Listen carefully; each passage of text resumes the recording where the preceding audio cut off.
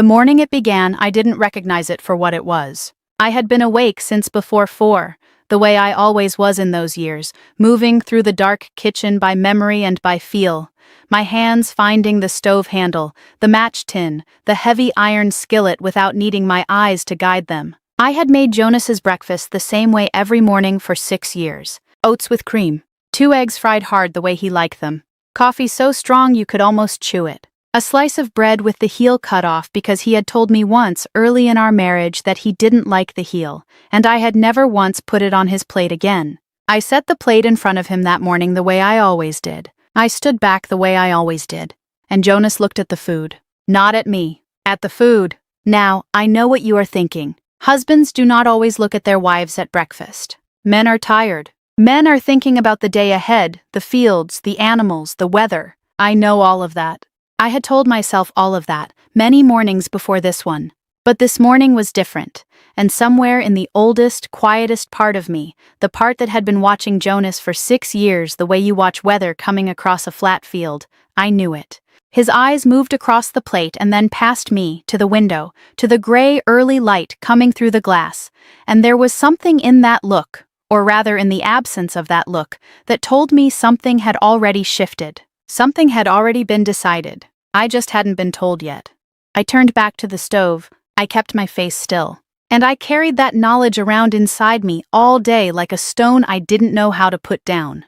My name is Clara. I am a woman who was raised Old Order Amish in a small district in eastern Pennsylvania, married at 20, and I left at 27 with 3 children, a single suitcase, and an understanding of what it means to be found wanting that no amount of time has ever fully washed clean. This is the channel where the stories that were never meant to leave the community finally get spoken out loud, and if you are here for the first time, I want you to know that everything I tell you is true, and that telling it still costs me something every single time.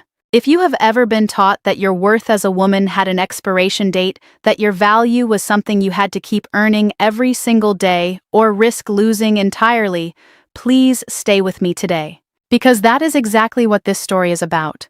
And if this is your first time here and something in these first few words already felt familiar, please subscribe and tap the bell. There is so much I still need to say. And in the comments I want to ask you something before I go further. Were you ever taught that your worth had a season? That there was a version of you that was acceptable and a version of you that was not, and that the line between them was something other people got to draw? Tell me in the comments. Because I was taught that every day of my life, and I did not even have a word for it until I was already gone. I want to tell you about the early years of my marriage first, because you cannot understand what happened later without understanding what those years felt like. When Jonas and I were first married, I was useful in a way that felt at the time exactly like being loved. I could not tell the difference. No one had ever taught me there was one. I kept his house. I kept it the way my mother had taught me, which was the way her mother had taught her, which meant floors you could eat from and windows that let in the light and a kitchen that smelled always of something warm. I learned his preferences the way you learn a language, word by word, until I was fluent in what Jonas liked and what Jonas needed and what Jonas could not tolerate. I knew how he took his coffee. I knew which of his shirts made him uncomfortable across the shoulders. I knew that he needed 15 minutes of quiet after coming in from the barn before he could hold a conversation, and so I gave him those 15 minutes every single evening without being asked. And in return, Jonas provided. He worked. He was steady the way a good Amish husband is steady, like a barn built to last, solid and useful and not given to softness. He did not tell me he loved me often. That was not our way. But he was there, every morning, every evening, every night. And in those years, there in the plain country of Pennsylvania, with my babies growing and my garden producing and my hands always full of something necessary, being there felt like enough. What I did not understand yet, what I was too young and too inside of it to see, was that I was not being loved. I was being valued. And those two things can look identical from the inside until the day they don't. The difference shows itself in a very specific moment. The moment when you can no longer provide what you were valued for. That is the moment the warmth changes. That is the moment you find out which one it actually was. I found that moment after my 3rd pregnancy, and nothing about my life was ever the same again. It started quietly, the way things in Amish communities always start. Not with a conversation, not with a confrontation, with a feeling. A shift in the air, a slight change in the temperature of a room that you cannot point to and cannot name, but that your body registers the way it registers cold coming under a door. After my third baby, something in me did not come back the way it was supposed to. I do not mean emotionally, though that was also true. I mean physically. My body, which had always been strong, farm girl strong, the kind of strong that could haul water and scrub floors and carry a baby on one hip while stirring a pot with the other hand, my body began, very quietly, to fail. Not dramatically. Not all at once. Just a tiredness that sleep did not fix. A weight behind my eyes that was there when I woke up and there when I lay down. A grief that lived in my chest that I could not explain and could not name and could not make go away. I told myself it was the season. I told myself it was the new baby and the older children and the long winter. I told myself all the things a woman tells herself when she is not ready to understand what her body is trying to say. And Jonas began spending longer hours in the barn. I noticed it the way I noticed everything about him, quietly, sideways, without letting myself look directly at what I was seeing. He was there at breakfast. He was there at supper. But between those two anchors he was somewhere else. In the barn. In the fields, at his father's place 3 farms over. And when he came home, there was something in his quietness that was different from his usual quietness. His usual quietness was simply how he was built. This new quietness had a direction. It pointed away from me. I want to pause here and ask you something, because I think about this often. Have you ever watched someone you loved begin to leave without moving? Have you ever felt a person still in the room with you and understood, in some place beneath language, that they had already gone? That is what those months felt like. Jonas was there. His boots were at my door. His coat was on my hook. His plate was on my table. And he was already somewhere else entirely, somewhere I could not follow, somewhere I was not invited, and somewhere I was beginning to understand that had something to do with me and what I was no longer giving him. The morning the neighbor woman came, I was at the sink. Her name was Ruth. She was older than me by perhaps 20 years, a woman with a face that had seen a great deal and learned to show very little of it. She came in without knocking, the way women in our community did, set a covered dish on my counter, and stood watching me the way my mother used to watch me when she already knew something I didn't. She did not ask about Jonas. She did not ask about the children. She looked around my kitchen slowly, at the dishes, at the floor, at the way I was holding myself over the sink, and then she said very quietly, as if she were speaking to herself as much as to me, "Clara, a man can love a field and still walk away when it stops giving." Then she picked up her empty hands and she left. I stood at the window and watched her buggy move down the lane and disappear around the bend, and I felt something cold settle into me that had nothing to do with the temperature of the room. I did not understand yet, not fully.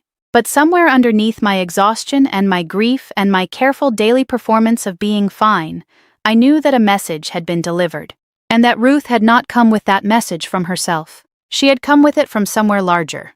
The miscarriage came in February. I will not describe it in detail because some things belong only to the body that lived them. I will only tell you that I was alone when it happened, that Jonas was in the barn, that I cleaned everything myself before he came in for supper, and that I told him that night, quietly, in the dark, and that he said he was sorry, and then turned over and went to sleep. The second miscarriage came 4 months later. After that, something settled into the house that I did not have a name for. A particular quality of silence. Not the comfortable silence of a couple who have been together long enough to not need words. A different kind of silence. A waiting kind. The kind that means someone is holding something back that is going to come out eventually, and both people in the house know it, and neither one says anything about it. The community began to move around me the way water moves around a stone it has decided it can no longer carry. The women came, the way they always did, but differently now. They came with food, and stayed for coffee and asked about my health with eyes that were asking something else entirely. My mother-in-law Edna, a tall woman with hands like Jonas and the same quality of silence, began stopping by on the days she had not previously come. She did not say much. She helped me fold laundry. She looked at my children for a long time in a way that made me feel, without being able to explain why, that she was counting them. As if she were assessing what was there and weighing it against something I could not see. The bishop's wife came on a Thursday. She drank coffee. She complimented my bread. She looked around my kitchen with the careful, gentle eyes of a woman who has been sent to look and then report back, and before she left, she said, as if it were simply something she had thought of at the last moment, "Clara, a wife's purpose is not only in the children she bears, but in the peace she maintains." "Are you maintaining peace, dear?" I said yes. She smiled and left. I stood in my kitchen after the door closed, and I understood that peace, in her language, meant something very specific. It meant not being sick. It meant not being sad. It meant not being a problem. It meant continuing to function the way I had always functioned, regardless of what was happening inside my body. Peace meant usefulness. And usefulness, in the theology I had been raised inside, was not separate from my worth as a wife. It was my worth as a wife. It was the whole of it. 3 days later, at the quilting circle at my sister-in-law Anna's house, I found myself sitting beside 2 older women I knew only slightly. One was named Miriam. The other never gave me her name. They were speaking to each other quietly, but in the way Amish women sometimes speak to each other when they actually mean for a third person to hear what they are saying. Miriam said without looking at me, "A woman who cannot give her husband children loses her place in the house slowly. Like heat through a wall in winter, you do not notice it until you are already cold." The other woman said nothing. She just folded her quilt square and nodded once. I kept my needle moving. I kept my face still. And I felt the cold Miriam was describing settle into me like it had been waiting outside the door the whole time and had only now been let in. It was later that same week, coming home from the quilting circle on foot through the last of the snow, that I passed by the house of an older woman named Hannah, not the girl kind of Hannah, but the older kind, a woman who had been a grandmother already when I was still a child, who had lived in our district for 50 years, and who was known for speaking truth in the particular Amish way, which is sideways and quiet and only once. She was standing at her fence. She watched me walk toward her without moving, and when I was close enough, she said without preamble, without greeting, without any of the social warmth that usually cushions what Amish women say to each other, "Child, sit down." There was nowhere to sit except the top rail of her fence. I sat on it. She looked at me for a long moment. Then she said, "I am going to tell you something that I was not told, and I am only going to say it once. So you listen to me with all of yourself, not just the part that is polite." I nodded. She said, "In our community, a wife is loved the way a barn is loved. As long as it stands straight and keeps the animals and holds through winter, it is valuable. It is cared for. It is necessary. The day it starts to lean, they do not fix it right away. They watch it. They discuss it. They consider whether the cost of fixing is worth more than the cost of building something new." She paused. "You are leaning, Clara. I do not say this to wound you. I say it because someone should have said it to me 40 years ago and no one did, and I spent those 40 years believing the watching was love." I did not speak. I could not. She continued, "What happens next will not look like anything. That is the part that breaks women. It does not look like anything. Your husband will not shout. The bishop will not come to your door. Your mother-in-law will not say a word that you can point to. But the air will change. The warmth will be redirected.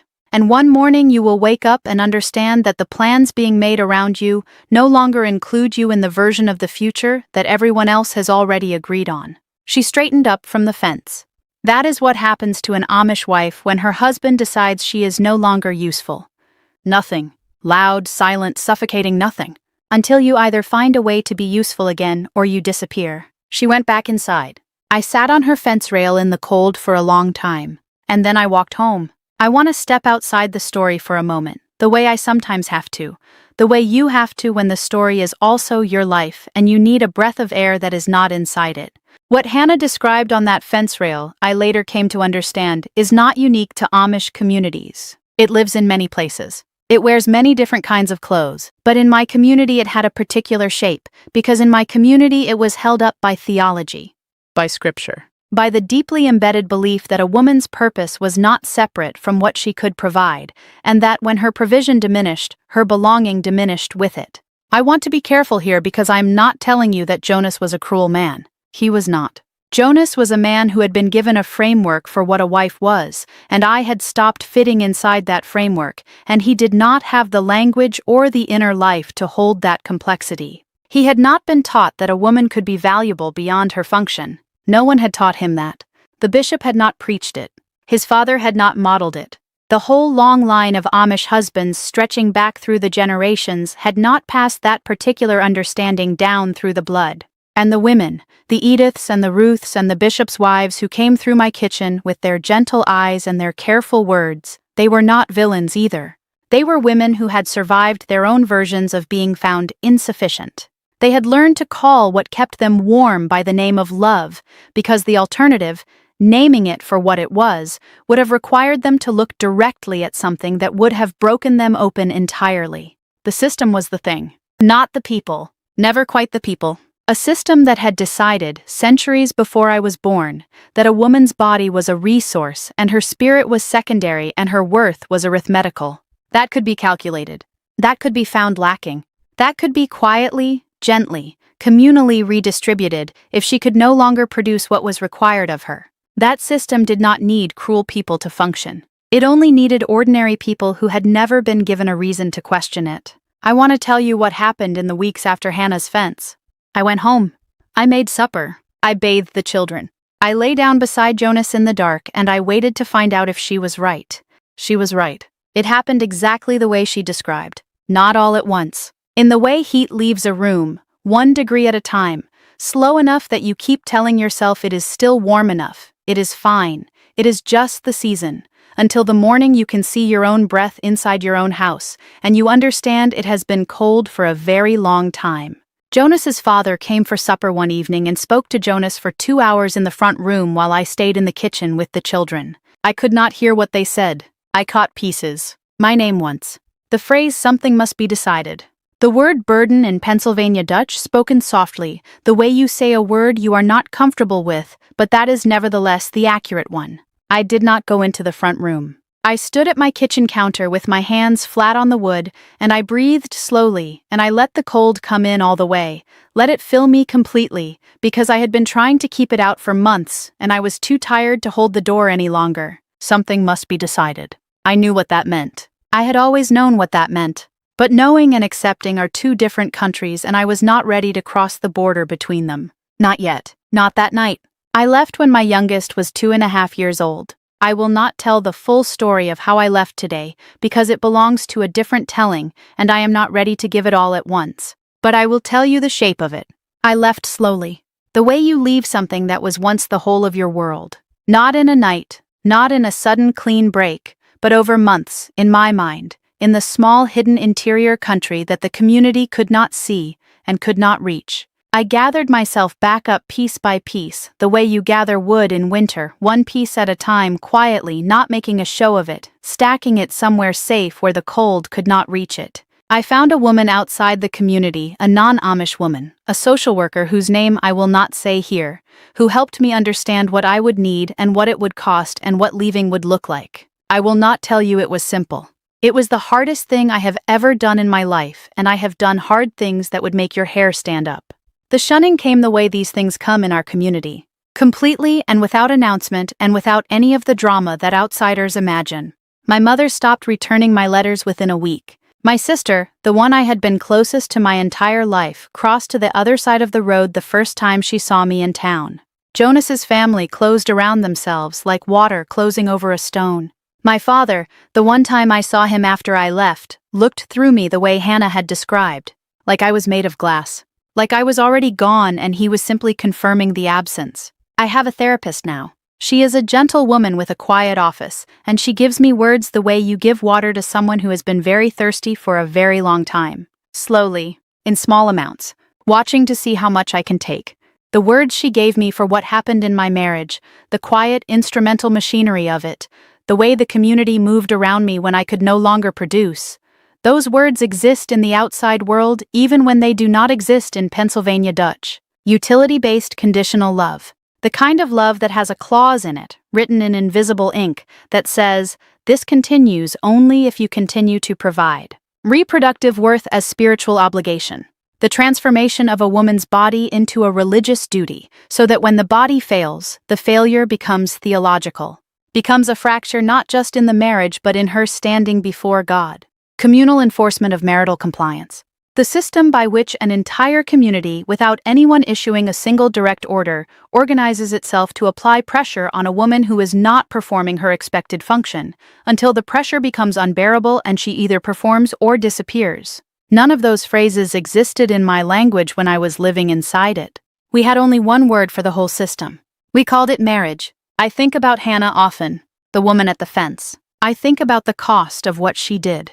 Stopping me, a near stranger, and telling me the truth in plain language when every social code of our community told her to stay silent. I think about the 40 years she described, the 40 years of watching being love, of leaning into a warmth she now knew the name of and could not unknow. I think about what it cost her to name it for me when she had spent a lifetime not naming it for herself. If this story reached something inside you, if something in Clara's words touched a place you have been carrying quietly, please tell me in the comments. Tell me what stayed with you.